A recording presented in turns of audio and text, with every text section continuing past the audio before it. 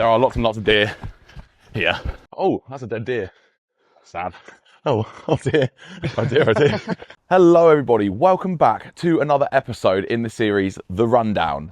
It has been a little while since the first episode, and I know I said I was going to do it monthly, but with Christmas and everything that's going on, it's been a bit difficult to get it sorted. So from now, it will be monthly going on for the rest of the year. Going to try and get as many episodes out as possible. And today we are lucky enough to be joined by a very special guest, someone who works in F1 journalism, has travelled all around the world, and happens to be one of my very close friends, except he's not here yet. So I guess we just have to wait. Okay, here he is.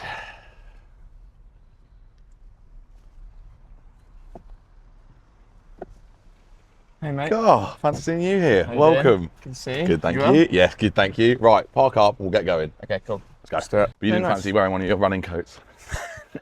This is something I'm comfortable with, you know, like not first time on camera. Just Yeah. shuffling around. Like, No, well that's actually, I put mine on, and then I was like, I'll test the mic because I want to see it, and it was like rustly as anything. that's your new one. This is No. just a gilet. No. But I was like, it's better than nothing 'cause it's cold. Yeah. But I was just like, I'll warm up, it's fine. Yeah, What but- sort of pace would you want to do? it's pretty chill because we're talking, you'll find it's pretty hard. Okay. Okay, fine. So like realistically, it's like 6-minute pace because by the time you're actually chatting, you're like, Yeah. So here we are, we're out on the run, just done a little warm up, and I thought best part to do is to introduce Kieran at the start. So this is Mr. Kieran Jackson, and as I said before, he works as a journalist, particularly in F1 at the moment, and we'll be talking about that later. But really, we're here to find out, why does he exercise, how does he fit in around his job, why are cars so annoying, and yeah, we'll just kind of go through it all. So you'll see it all put together very nicely. This will more than likely be a nice long conversation. I think we're aiming to do somewhere between 12 and 15k. Yeah.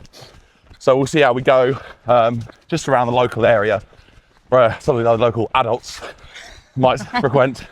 And yeah, we'll see how it goes. So I guess we're going to start with that, is what exactly do you do, Kieran?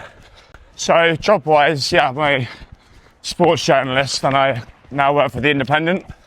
So I've been there for 3.5 years and I'm the F1 writer mainly, so that's like 90% of what I do. Cover every single race when it's on. Go to maybe about a quarter of the races, so I did 6 this year and there was 24, so that was really fun, a lot of travel with the job, which was great. And then like the other 10%, so now in the F1 off season, cover a bit of football. Nice. So I'm going to cover Arsenal tomorrow night. Oh, nice. And then in the summer, go and like cover a bit of the grass court season in tennis, a bit of Wimbledon, which is like my favourite thing to do. I was going to say, that's like, bit of me. your biggest interest is probably tennis, isn't it, really? Yeah, tennis and football. yeah. So. But no, it's a fun job. Like it allows me to kind of like maintain like my passion for sports alongside a job. Like always like my writing.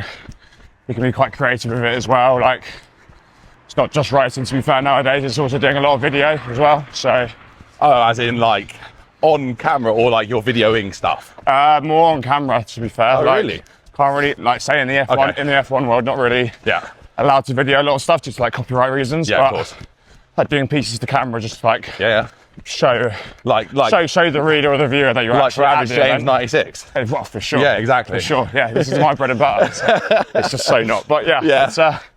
it's good. Yeah, it's fun. And yeah, like I enjoy it. It's fun. Yeah, no, it's one of those things I think, you know, when you're a kid and people say like, what do you want to do? It's like, I want to like be a journalist kind of thing. Like, Yeah. it's one of those jobs that people would say, maybe Yeah. not now, maybe they say TikTok. Yeah. But like, definitely when we were younger, it was, yeah, one of those situations where people would be like, yeah, like footballer, or like, I want to be in sport, I want to be a journalist in sport. Like, and then you had like, was it a traditional route into it? Because I feel like there's not such a thing actually necessarily, but you did do a like journalism course, or Yeah, I did like a master's after uni in London. so post-grad. Yeah, at like a journalism school, which was intense. Like you really get thrown in the deep end of a lot of stuff, but Yeah. I mean, that's probably the best way to learn, right? It's gotta be. So yeah, no, that was good. I actually, on the point of like growing up, I think maybe, was it last year or the year before, over Christmas, I think my mum was looking through loads of like like school yearbooks and like stuff like that. I think we found out the Ireland Rugby Tour for my 3rd year at school. Yeah. How old were you? Like what, 12, 13? And I said I wanted to report at Wimbledon.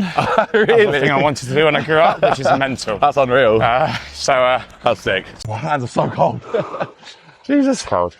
I'll be honest, it's a bit busier than I thought it would be, considering, I know it's like, but it is a working day, but obviously a lot of people are off, but I don't know. Yeah.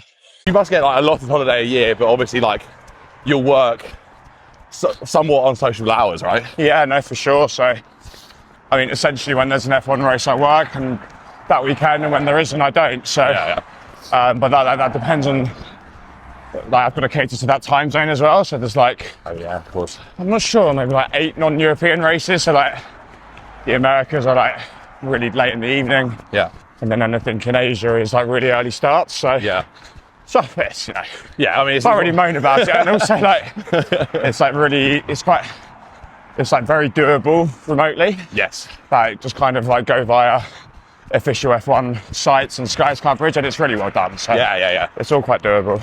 Have you had any like particular things like as a result of your job that you've been like, wow, I'd never be able to have done that otherwise? Like, obviously you said about reporting at Wimbledon and like things like that, but I think, didn't you, when the first Vegas race was on, didn't you manage to kind of do something there? Yeah, no, so like there's opportunities when I'm at F1 races, because you, as a journalist, you get a pass into the paddock, which in itself feels like a real privilege. Like that's, I think most fans would like love to be there. Yeah.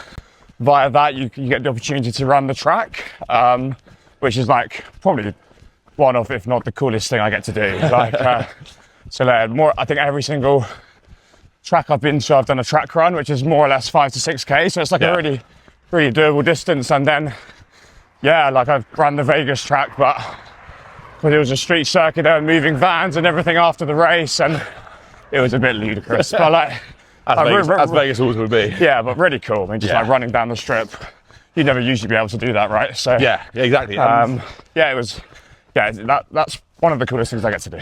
I suppose that begs the question, like, you know, you think you travel like a fair amount, like you said, quarter of the races, and obviously on social hours. Like, how do you go about fitting in exercise, and also like what kind of sports do you do? I know you run, and I know what you do, but give it a little rundown of like what sports you do, how do you fit it in? That would be, I'm sure people want to know.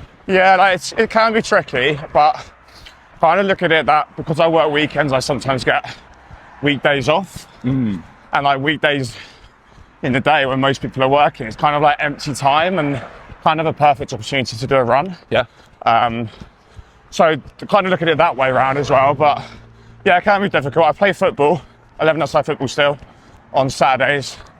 Shout out to AFCU. And then, I still play tennis in the summer for like a club locally to be in Wandsworth. So those are my main two. Also got into the paddle craze a little bit the last year or so. Yeah, well, like you said, you're a tennis player, aren't you? So so it's kind of natural. So, but to be fair, running has kind of become central to all of that as well, particularly like in the summer, football pre-season, like I'm not at the best level, but like if you don't do your running, in terms of like getting fit after like maybe a busy summer, then you do feel it. Yeah, 100% on the pitch. Yeah. So I mean, so many different types of runs you can do nowadays. Like, and it's I mean, I don't usually do that many sprints or anything like that. Yeah. Usually just long runs, but it all helps, I think. And that's like, I completely agree. Obviously, like, there's so much going on in running right now. I'm still trying to figure out whether it's just an age thing and that everyone that gets to our age starts running, or whether there's an actual like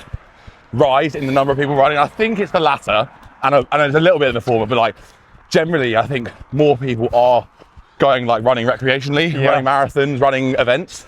I think so. I spoke to someone about this the other day, and I think like a few things were like contributed to that. I think COVID was obviously huge. The only way you could get any exercise was running. That's when I first got strong. Same as me. So definitely that. And then I think little things like park run on a Saturday morning. Yeah. Like that being free. Yes. Huge numbers in that now. Yeah, like massive. And also the fact that it's global. Like yeah, for sure. Like so when I go to F1 races, I try and see if there's a local park run on a Saturday morning. Yeah, it's a great way to see a city. Yeah, 100%. Like, because you not only do you like go to the park run, but you obviously get there and back, and then you kind of go, well, Yeah. is there a cafe after? Like, can I get a coffee? What should I do before? Like, Yeah, exactly.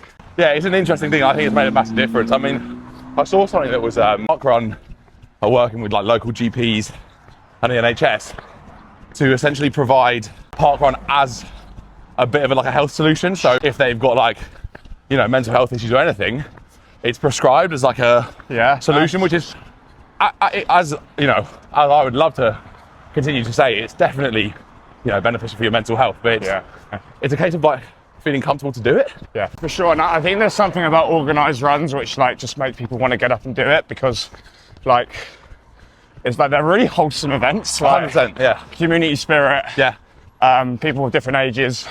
Like it's really well put together. All voluntary. Yes. So like.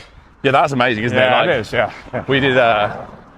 Me and my girlfriend did one in Croydon the other day, and it was like, you know, we looked at the list of volunteers. There's like 12 to 15 volunteers on a freezing cold day. Yeah. Like it's really impressive. It makes you want to do it yourself as well. Yeah, And for sure. I think I'll definitely be kind of signing up to volunteer, because it's just like, if I've done it and enjoyed it, you know, I'd like to support other people to do the same thing. Yeah, I get you. So yeah, this episode is sponsored by Parkrun. I wish. We'll work with them in the future, I'm sure. Yeah, so we were just off camera, you know, having a little break from my arm. But we were talking about differences at different parkruns, kind of following on from our earlier conversation. And I was just saying that a few weeks ago I did Hove Seafront Parkrun. I did like a 1908, and that placed me a royal 76th, which, if you've done some park runs, especially if you've done kind of any sub 20 pace, you'll know that normally that will get you probably somewhere in the top 20, almost, some of them definitely in the top 10. Yeah, Like, that's tough. the levels were a joke. To be fair, completely clear day and dead flat. So like, as a PB course goes, brilliant. But yeah, you've also been doing quite a few park runs recently, haven't you? Yeah. And like doing a bit of full sends. Yeah, for To a sure. degree, definitely. Yeah, like full send the other day. Absolute pain, but it does feel like it's worth it when you get to the end and you're happy with the time, and you know that's like your exercise done for the day. Yeah. Basically, on a Saturday I don't have football, I basically do a park run, like more or less. So just to keep the fitness up. But no, they're great, they're good, and yeah, just been inching to sub 20, which is Well, you've done a few now, haven't you? Yeah. Like, which is good. Yeah, it's so but funny. I feel like I'm dying. Yeah, Like, it is well, of mental, course. Well, like, it's so funny because I was in a pretty similar boat in terms of like, sub 20 was always like the gold standard, and I'd done it kind of like 3 or 4 times. Yeah. In various ways, but like genuinely by like max like 5 seconds. And like one day, I just went out on a cold evening and just ran without like kind of checking my watch until I was at like 3.5k. Did it kind of without looking so much. Right. And it made a massive difference in that, like, I then was doing 3:45, but I didn't even notice. Sure. Which obviously I was tired, but like, it still makes a massive difference. And like, then I was able to just hold on, and I did like a 19:03. So then it's like, suddenly I developed like enough, and I think a lot of it was mental. Yeah. Because that barrier sits there. Yeah. And now I'm like, okay, can I do sub 19? Like, just because that's natural. Yeah, definitely. Like, it's good to have the target, but also I feel like if you watch your watch a bit too much, like it gets in your head about it. Like, you can just cover it up and focus on what you're doing. Then, like, I think it's much more beneficial. I've done a bit of that. I call it dumb running, and he's quick. I don't know if you caught him.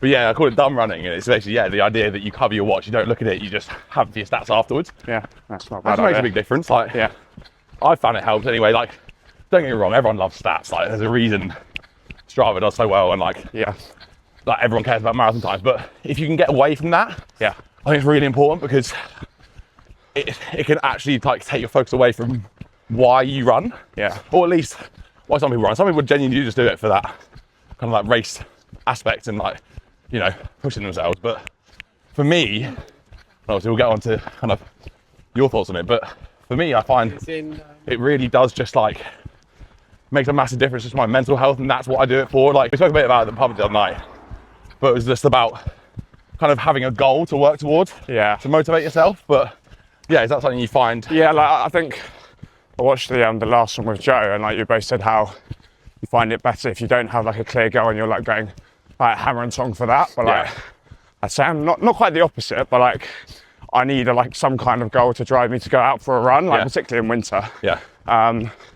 So like for example, now I'm training for the London Marathon in April, which is a long-winded process, but it means you've just got to get out there and do the running. And like stuff with like the 5K, I don't think I'd be that into the park runs if I didn't have like at least most weeks sub 20 as a goal. Yeah. So you think it's a bit of like a litmus test, isn't it? Yeah, for sure. Yeah. Like if like all my running depended on like one time, that's no fun. But then I do think it's important you have something, otherwise what's driving you to do something different with your running. Yeah, exactly. And that is like when things become samey is when they become boring. So like if you do the same 5K route 3 times a week at the same time, you know, what are you trying to say? in the exact same speed. It just becomes like an absolute faff. Because you're then mentally not like, you're almost not present. You're kind of on autopilot. Which I think it makes it like a bit of an impact on it negatively. Oh, that's a dead deer. Sad. Oh dear. Oh well, that's sad. That may or may not make it in. But it was just, you mentioned that you're doing London Marathon in April. But I thought actually it'd be good to go back. What have you done in the past? Like that kind of stuff. So the main thing I've done is I did London Marathon 2 years ago. I did it with Joe for a lot of it as well. So that was, an amazing event to do. My mates will hate me for saying this, but like crept under 3 hours 30 by 2 seconds. But like regardless of the time, like it was just like incredible. I thought like London comes alive on marathon day. Everyone's so supportive that there's barely a stretch of the whole course which isn't covered by fans. So it's ridiculous. That was the first year I think that I'd gone and watched and supported. Right. Because like I've always heard that it's an absolute nightmare from a supporter's point of view because it is so busy. And that is one of my worst nightmares. However, when you've got like 2 of your close mates from school doing it, like, I feel that you kind of got to, and then also there were so many people doing it that I knew as well. And it was so much fun, to be fair. It was an awesome day. Like it did feel like a first marathon, so I feel like a real achievement. Like, and then like before that, I did like a half marathon in Richmond. Which was a good like way to build into it. Is that in my Richmond training. Park, or was it just around? No, it was like started in Kew Gardens, ended in somewhere in Richmond. I can't quite remember. But that was cool because that took a lot of the Thames Path by the river. So that was a nice course. And then but that's more or less it. I need to sign up for a half marathon next year, but I haven't done it yet. It's kind of like one of those things. Once you kind of sign up for a couple of things, you feel like you've done a bit, but then actually like there's quite a lot of space to fill sometimes. I've got quite a bit coming up, and I'm like, I'll signed up for these a while ago, and now they're actually happening. And you actually have to do something. It's like amazing when you decide to do something like as long as a marathon, how quickly like your training runs like become like distorted a little bit. 100%. I wish.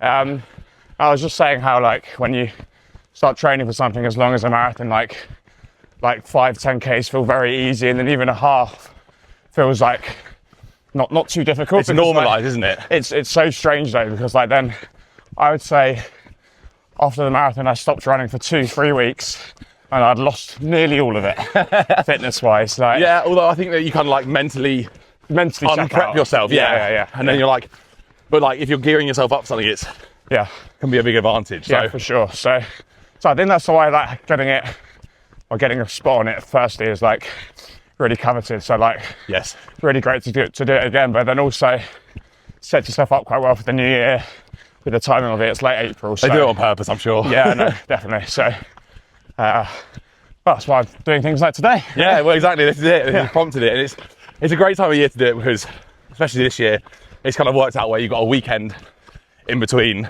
Christmas and New Year. Which means that a lot of people are taking the time off, or to be honest, everyone's pretty similar. No one really works in between those times. Like, there's nothing going on, is there? Exactly. So it's a really, really good time like to do it, and people are about, and I think January is the one, isn't it? Because I think more and more people are doing, if not dry Jan, just like actually just taking it easy in that month because December's so chaotic. So then within that, socially you can squeeze in more exercise and more rep, and for me it'd be more running. Definitely. Well, it's also, that's one of the best things about running, I find, is like, it's a social activity that isn't like, do you want to go to a pub? Which, to be honest with you, like, sounds ridiculous, right? It's like, what do you think? I was like, yeah, but that's the go-to. That is what we did the other day. Yeah, well, that was Christmas. Yeah, that's okay. Yeah. Oh, sorry, deer stop. Can you see the deer? Anyone? Ali? If you can't see them, I'm sorry. I tried my best. But there are lots and lots of deer here. Pretty. Yeah, very nice, but just like bars. But yeah, like it's that balance, isn't it? It's like, I think I was talking to one of our other mates from the Snowdon video, Don, yesterday when I went for a run with him, and it was talking about that balance between like the things that you enjoy doing, but not sacrificing doing one of them for another. So for example, if you got on an absolute full send night out and you're meant to go running the next day, you're less likely to go running the next day. Yeah. But if you go to the pub, but you actually, like, I'm not saying like take it easy, but like don't put yourself in an absolute hole. Yeah.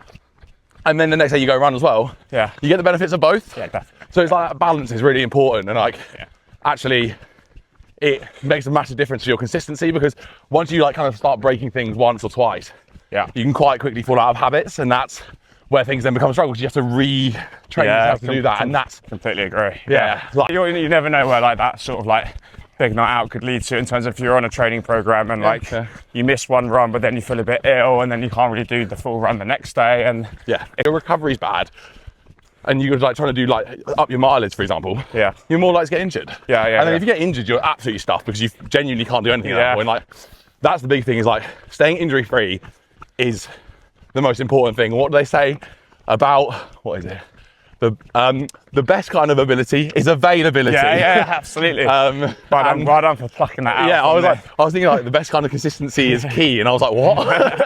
But yeah, it is like. No, definitely. I've had mates who have trained for the marathon, and then, I mean, they're proper runners, and they come unstuck like around March because they've probably pushed it a bit too much. Can't get the injury recovered in time and have to pull out, and that's like, it is a fine balance. It is tricky sometimes, because you feel like your legs will often be sore in training, and it's like, well, is that an injury, or is it actually just soreness? Should I just push through it? Having the set training book I find really useful. I'd love to do a marathon abroad. It's probably like the only other thing I'd like to do. Like in the short term, maybe like autumn of next year would be cool. Like, because like, much like training around London, I live in South London, so like do a lot of the training runs around the Thames. It's such a good way to see the city, and like say, I don't know, plucking one out here, or say like a Valencia. Like, it'd be a great way to see that city if you did that marathon. Like, it's also a fast marathon. Is it? Yeah, it's the PB marathon. It's basically it's like, really flat. Basically, it is like the one that people will go and do for PBs, and also like you can get onto it. Like, it's not that hard to get into. Maybe Valencia then.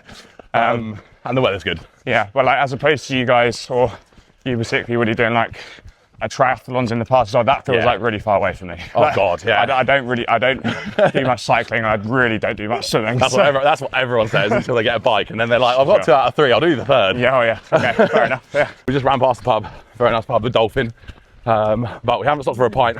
We're actually going to crack on, get this run done. We are just over 10k in, probably another 5k to go, so we're just going to crack on and get that done, and then we will see you for the coffee afterwards. Actually, take it back, I'll get some clips for a montage, which might have been before this and it might be after. We'll see.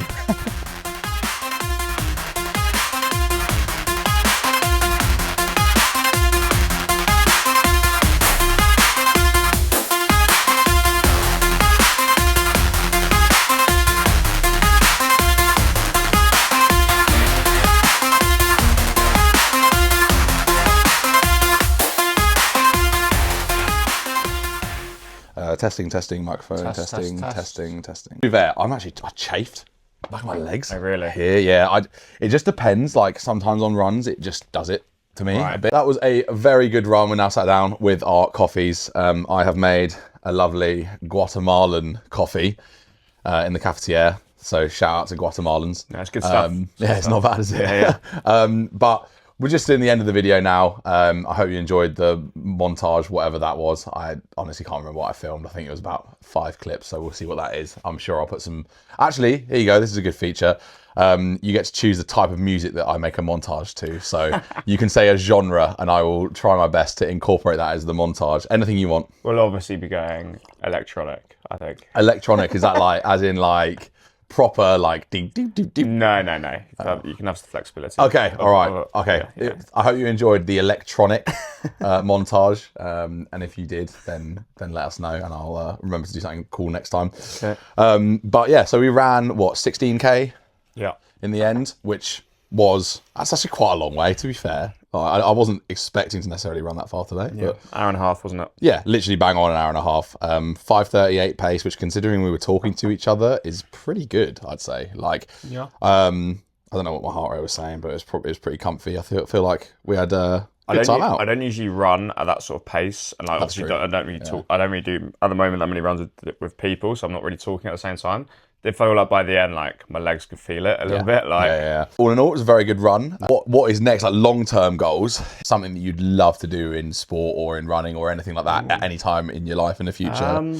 No, I think like running wise, so for April's marathon, I'd like to just go quicker. Maybe go within 3:25, 3:20 if I really push my training, and then like just slowly getting the times down. I think doing like a sub 3:15 marathon would feel like a real achievement. Because it was really hard 2 years ago, and that was 3:30. So if I could somehow get into a shape where like I cut off 15 minutes, that would feel amazing. And what pace was your marathon last time? Was 3:30? Is that? I think it was 4:58. Yeah. Okay. So just sub fives. Fine. So I think it can be done, but like it's a lot of work and a lot of grind within your normal job and life as well. It is difficult. So we'll see. It would almost be wanting to do a different variety of marathons and like do different stuff. Like I'm not that. Right now I'm not that bothered about things like ultras. Like I think that sounds crazy to me. Like, but I think wrong. Doing like road races and They're honestly, halves and marathons. I'm telling you, ultra marathons are easier than marathons. How? Because you do it slower and you actually walk and eat. Marathon is like holding a consistent pace and pushing your body to an actual limit. Ultra marathons is like you're actually just out for a lot. It's a long day, but it's easier. Like Don genuinely was worried about the ultra before we started, and he had just run a 3:18. Yeah, maybe it sounds scarier than it actually is. Ultra. It just sounds. All it means is anything more than 42.2 kilometers. And actually, both the ones I've done have meant to be 50k and then been slightly edited. So one of them was 48 and a half, and one of them was 46. Yeah, it's different distances. You can do as pretty much as far as you want, but they are genuinely easier physically than sending yourself on a marathon at like that kind of threshold effort, which is what you run in. So it is like one of those things. Like anything, it sounds scarier than it is. And but I've not actually run just a dedicated marathon. I've only done it as part of my Ironman or in an ultra. So it's like, do you want to do that? I'd love to, but I just haven't gotten the right kind of opportunity or like right place to do it, because I want to do London Marathon, but I don't necessarily want to raise money because I want to do it for fun. And I don't want to have that pressure of, and I just want to do it for me. So I'm kind of hoping to get that at some point, whether that's through like social media or whether that's through the run club that I go to. No, fair enough. Because they get places. Yeah, so like last time when I did the London Marathon, I raised money, like over £3,000 for like for Brain Research UK. That was like an amazing way to do it too, because then I feel like kind of liable for like for the training, like that puts extra pressure on you. People are giving you money for a charity, like you can't let them down. I mean, it's not the biggest deal in the world if like something happens, but like you do feel like an onus to really push yourself. Whereas this time I don't think I will be raising money, so it'll be interesting to see if that like I get a bit more lazy with my training, therefore, or if I actually feel like because I'm doing it for me, it gives me a bit more freedom. Yeah, I suppose it just really depends on what it is that motivates you, and everyone's got different things that motivate them. Like some people are motivated purely by that, like doing it for charity and doing it like altruistically. Some people do it out of like a fear for their own like self-worth. That's a massive one. A lot of like elite athletes, people have either like traumatic childhoods or like traumatic experiences when they're younger that mean that they feel like they don't deserve to be good at stuff, and then they push themselves. It's really interesting. The things that motivate you, and I don't think that's necessarily one thing for everyone. I think that there's a range that work at different times. So for me personally, I think I like the fact that like having things to work towards, it keeps me accountable, and then I'm accountable and I'm consistent. Yeah. But also the biggest thing for me is that like mentally, it's so habitual for me now to go running and go and do exercise. If I don't do like exercise 5 days a week, I genuinely feel awful, because I would be sat in like that chair, just like almost vibrating. I need to do something. Like, I have energy that I need to release. How do I do it? Yeah, I can relate to that. I don't think I'm as extreme as that, but like, because I'm not running 5 times a week like you might be. But definitely, if it doesn't necessarily have to be running, but if it's no exercise, like, so say there's a few weeks when football's postponed and then it's so wet you can't play tennis, and then suddenly it's like, well, I don't even want to go running because it's so wet. Then why I feel lazy suddenly. Yes. You know what I mean? Yes. I can motivate myself to exercise even when I'm knackered, but I wouldn't be able to motivate myself to do like other things that I don't really care about that are probably as good for me. Like, I wouldn't be able to like meditate, for example, which I know would be good for me. Yeah. But it's that ability to kind of choose what you do push through on and put the extra effort in for, and that's that motivation. And I think for you and for me, it's like if you're passionate about something, that's so much easier, right? It's like similar with my work, and then also with running and with sport, because I'm passionate about it. Therefore, you feel like you want to do it more and push yourself through it. So, 100%, 100%. No, and I think that's really like what this whole thing is about, like the rundown kind of series, just that kind of understanding how different people operate. And I think, even though, you know, Joe and Kieran, we went to school together, and we've been friends for years, just because we come from pretty similar environments and grew up in similar ways, everyone has a completely different relationship with sport and the way that they see it and the way that they motivate themselves for it. And just the first 2 episodes of this, you could probably see a stark contrast between the way that Joe and Kieran see it and the way that I see it. And that's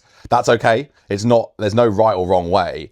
The way that works best for you is the right way for you, but that doesn't mean it will work for someone else. So I think the important thing really is just to take on board that you can find your association with it however you want, but as long as you are kind of trying to better yourself, or you're trying to do it in a positive way, you're not hurting yourself and you're not hurting someone else, go about it in any way that you want. If you work best by going out and just absolutely hammering yourself, okay, it might not be sustainable, but if that's the way that you feel good about it, do it. And then that might change as you get injured, that might change as you get older or whatever. I started running properly because I got injured from football, and that was the only thing I ever played. Like, there wasn't really anything else that I did, and that took all of my time and that kind of side of my brain. And then as soon as I stopped playing football, I was like, I'm so bored. It's interesting what you can find by trying out new things, and I think it's important to just be willing to give it a go. And if someone asks you to go for a run, honestly, even if you feel a little bit like about it, just give it a go. You might hate it, and fair enough. If you go out for a run, you genuinely do hate it, then, you know, don't worry, just do something else. It's fine. Not everyone has to like it, but I think it's giving it a chance is important. And if you're watching this and you're kind of like not sure about like booking that challenge or doing that half marathon or running with your mates, just give it a go. And I would be very surprised if you didn't come out the back of it and go, actually, that was quite fun. It was better than I thought. And that's, you know, it's a gateway drug, so you'll be fine. I think that about wraps it up. Cheers, buddy. I think that's been really fun, and I hope that you guys enjoyed. This is obviously the second episode. As I said, they're going to be monthly from now on, as much as I can do that, and I will, you know, be going through my list of, you know, esteemed guests. Honestly, the list goes on, but I am trying to push it further and further, and I would love for this to grow. It's just meant to be, you know, a relaxed chat on a run, and then the next one, should be the start of Feb, alongside obviously some videos for my upcoming challenge, which I haven't spoken about much on YouTube, but I will put out an individual video for that, and then for a couple of ultras in February and March. So look forward to those, and I will be back with those when they happen. Thinking about it now, it seems like a lot of work, but I will be there. It'll be all right. But thanks again to Kieran for coming, and really appreciate it, and we will catch you in the next rundown.